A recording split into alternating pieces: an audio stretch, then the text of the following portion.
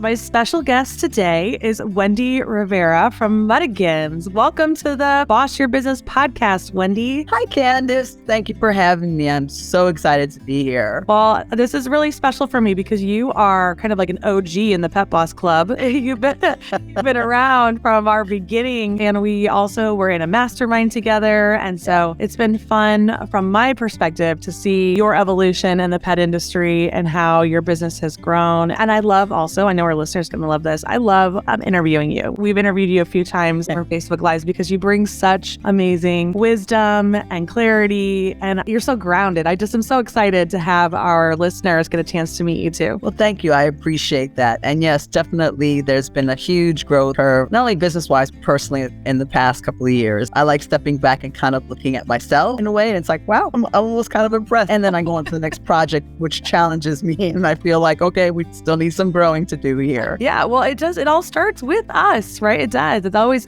our businesses are as kind of successful as the attention that we give to it, but we have to start with ourselves first and make sure that we're ready to handle that business, right? That's absolutely correct. I mean, I know, and I learned thankfully pretty early on, if I wanted my business to grow, I have to grow. So like if I want my business to grow, 20%, then I have to grow 40% because it'll be a big problem, I think, if my business outgrows me. It just won't happen. So again, I always pay attention to that and see where I'm growing as an individual and as a business owner and a leader and a community, somebody in the community. That's something that's really important to me. So let's talk about your pet business, Muddigans.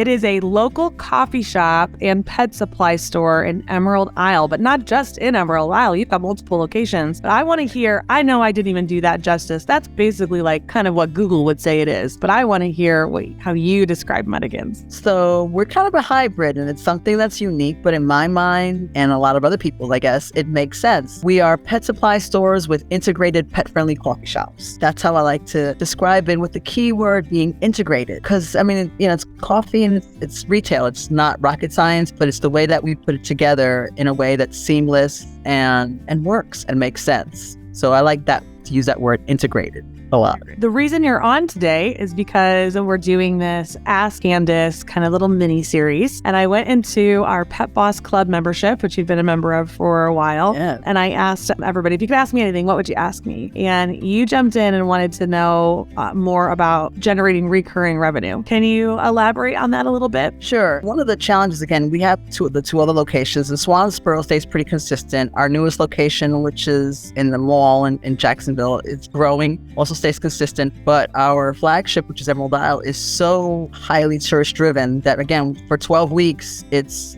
feast, but we get to later parts of the year. For example, when most retailers are busy in December, we're almost dead. It's like slow there. And January and February are what I call sleeper months. You could literally sleep in the store and not miss a beat because everything's been cleaned, everything's been restocked, and you're just waiting for like the 3 people that'll walk in. And that makes it very challenging in terms of cash flow. So I've been thinking about doing something where we have that monthly recurring revenue that'll come in on a consistent basis to take us through those slower times. And we've looked at a couple of different ideas, but I just haven't pulled the trigger yet. Mm-hmm. And I'm not sure where it is. I'm stuck personally because I'll always bring it back to me. I haven't pulled the trigger. I don't know what's stopping me. So that's kind of why I asked that. Because, and I'll put this out there, and I should say it before, but let me tell you, I remember, Candace, thank you for doing what you do, because when I first started, I didn't know what I was doing. It was just kind of a hobby. I was just feeling my own need, but I learned so much through the Pet Boss Nation and the other members. And I still rely heavily on all the information that comes through there. So when you asked that, I was like, yep, you know what? This is the place to ask that question. Yeah, I'm so glad you did, because it's a topic that we actually haven't touched on yet on the podcast. So, and I know that a lot of people now with the concept of subscriptions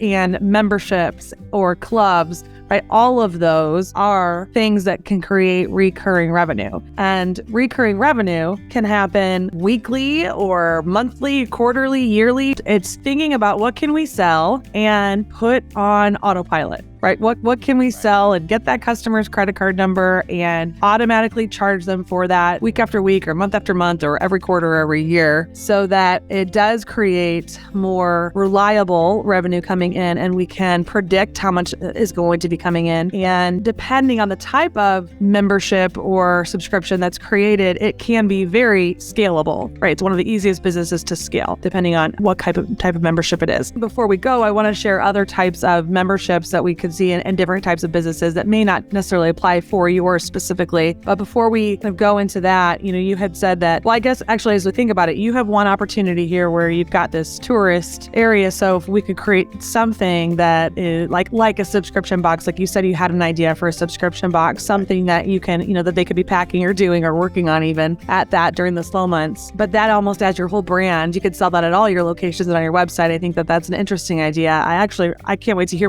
if you're willing to share what your idea is, because I love the idea of coffee subscription with the dog, kind of the whole concept of your business married together in some sort of a gift or subscription. But you also have then your grooming salon, and you had mentioned that you tried to start something like a bath club, and that didn't go over so well with your groomers. So we have a couple things I want to dive into about you and your business, since this is your one-on-one kind of hot seat opportunity, and then we'll elaborate more on what our listeners could maybe do for their businesses and how to think about it. Okay? Sounds great.